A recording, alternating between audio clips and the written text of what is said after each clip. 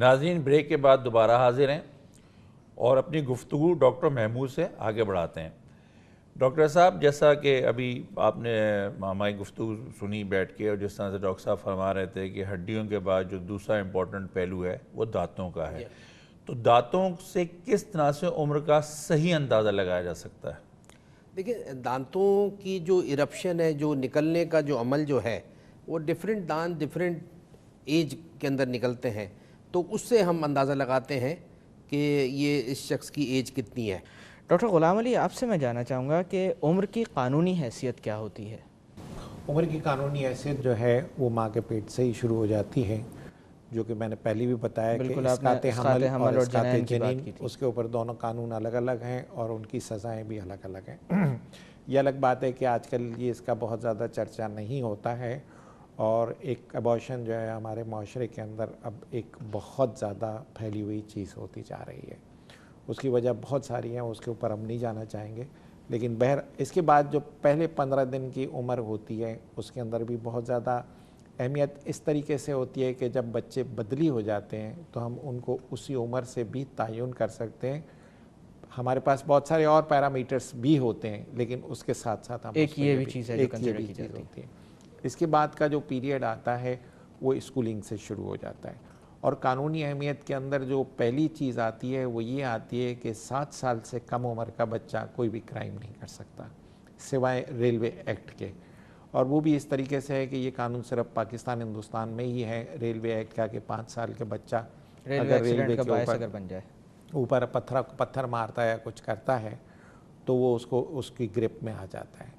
5 سال سے 12 سال تک کی عمر کا پھر ایک الگ تعین ہوتا ہے کہ اس میں وہ ایک سمجھداری آ جاتی ہے، ایک عقل آ جاتی ہے کہ برے اور اچھے کو وہ سمجھ سکتا ہے۔ 12 سے لے کے اور 18 سال تک کی جو عمر ہے وہ کنسنٹ کی عمر کہلاتی ہے، اس کے اندر وہ اچھا خاصا میچور ہو چکا ہوتا ہے۔ 18 سال سے 25 سال تک کا جو ہے وہ ہم اس کو فلی بالغ کہتے ہیں، اور وہ اپنی انڈیپینڈنٹ لائف کر سکتا ہے۔ 15 سال کی عمر کا بچہ جو ہے، 15 سال سے زیادہ عمر کا بچہ جو ہے وہ کہیں چھوٹا موٹا کام آفیشیلی کر سکتا ہے، لیکن 15 سال سے کم عمر کا بچہ یہ کام نہیں کر سکتا۔ اسی طرح سے پھر یہ اس طریقے سے آ جاتا ہے کہ مختلف کرائمز اور سول، اس کے اندر اس کی اہمیت یہ ہو جاتی ہے، ایک تو ایبارشن کا میں نے بتایا، پھر ریپ کا ہے،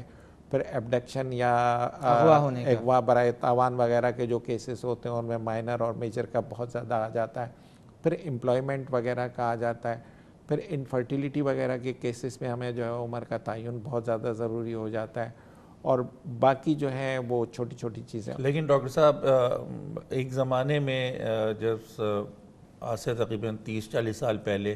ایک سڈن ایج ہوتی تھی کہ اس ایج سے پہلے بچہ میٹرک نہیں کر سکتا تھا۔ بالکل۔ تو اگر بچہ قابل ہوتا تھا اور کافی تیز ہوتا تھا تو والدین عمر بڑھا کے لکھوا دیتے تھے، 3-4 سال بڑھا کے وہ کر لیتے تھے، لیکن بعد میں جب اس وقت وہ بچہ بڑھ کے بڑا ہو رہا تھا تو اس کو اصل ایج تو پتہ ہوتی تھی، لیکن جب وہ ریٹائرمنٹ کی ایج پہ جاتا تھا تو وہ شور مچاتا تھا کہ جی میری ایج جو ہے کم ہونا چاہیے، تو کہتے نہیں جی وہ میٹرک کے سرٹیفکیٹ میں لکھی ہے،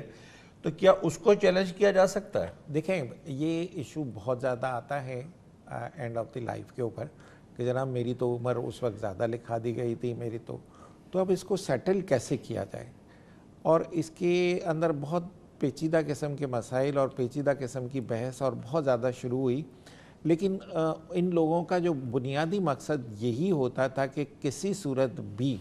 اپنی عمر کم کروا لی جائے۔ تو اب عمر کا تعین کون کرے؟ صاف کی سی بات ہے کہ یہ اس وقت تعین کیا جانا چاہیے جب اس کو اس چیز کا احساس نہ ہو، اور وہ احساس اس وقت نہیں ہوتا ہے جب وہ میٹرک کے اوپر ہوتا ہے کہ جی میں نے جا کے پتہ نہیں 22 گریڈ کے اوپر پہنچنا ہے اور وہاں مجھے پھر 5 سال کم کروانی ہوگی یا نہیں کروانی ہوگی، یہ الگ ایک ایشو آ جاتا ہے بہت بڑا، اور اس کے اوپر پھر وہ اپنی اثر و رسوخ استعمال کر کے اپنی عمر کم کرتا ہے۔ تو آخر تعین کون کرے؟ یا تو آپ جو ہیں وہ ایک ریڈیولوجی سے، اور تو یہ اس عمر کے اندر کوئی ایسا پیرامیٹرز 55 اور 60 سال کے اوپر نہیں ہوتا ہے کہ جس سے آپ یہ فکس کر سکیں کہ نہیں جناب یہ ہے ایسا ہے۔ پھر بھی جو ہے وہ ان تمام کیسز کے اندر ایک خاص نوعیت دیکھنے میں آئی ہے کہ لوگ اثر و رسوخ سے اپنی عمر کم کراتے ہیں۔